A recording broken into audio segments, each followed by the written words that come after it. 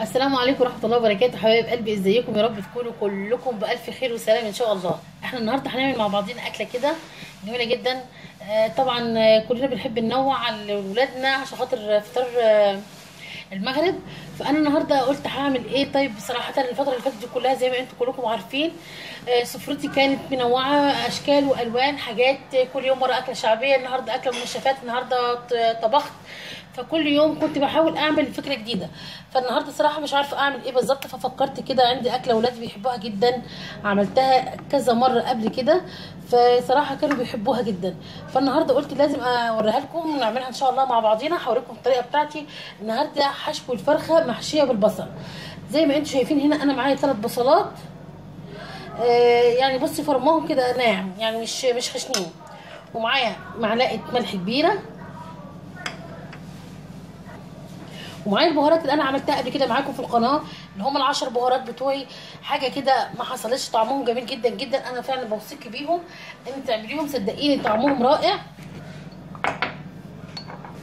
بيخلي المشويات بتاعتك والاكل بتاعك طعمه يختلف خالص.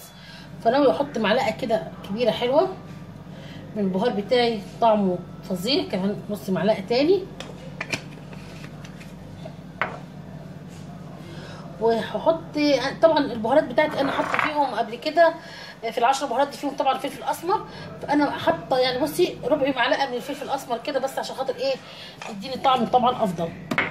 انتوا زي ما انتم شايفين كده، بس هي دي كل التوابل اللي انا حطاها. طبعا ال10 توابل دي فيها حاجات كتير جدا، اللي حابب يشوفهم يدخل يشوف الفيديو بتاع ال10 توابل. هنا بس حابه اوريكي حاجه كده بسيطه. البصل انا عاوزه بصي يعني امسك في البصل كده زي ما انت شايفه كده، افركه بالتتبيله بتاعتي والملح بتاعي والتوابل بتاعتي. عاوزه البصل كمان يعني ايه يجيب ميته زي ما بيقولوا كده. انا مش ممكن افرمه اكتر على اساس يبقى فيه ميه، لا انا عاوزاكي بالملح والتوابل.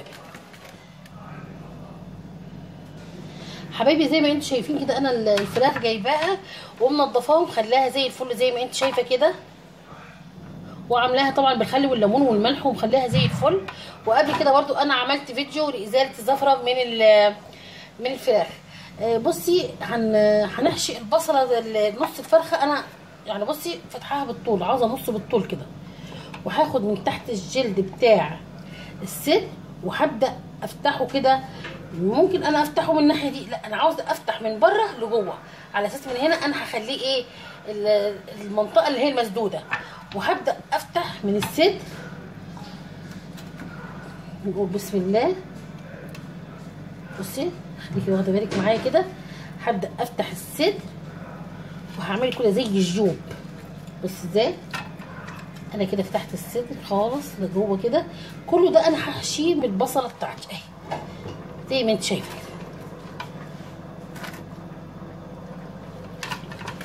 ريحه التوابل يا جماعه ما اقولكمش، ريحتها روعه فظيعه بجد بجد، يعني ريحتها جميله جدا.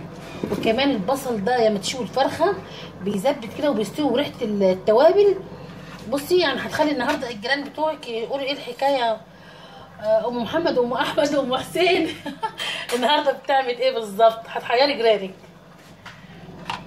كمان حابه افتح كده من ناحيه الورك برضو، حابه كده من بصي اهو كده، حابه افتح برضو من ناحيه الورك كده. عاوزه احشي البصله بتاعتي من ناحيه الورك وانزل كده. يا رب تكونوا واخدين بالكم.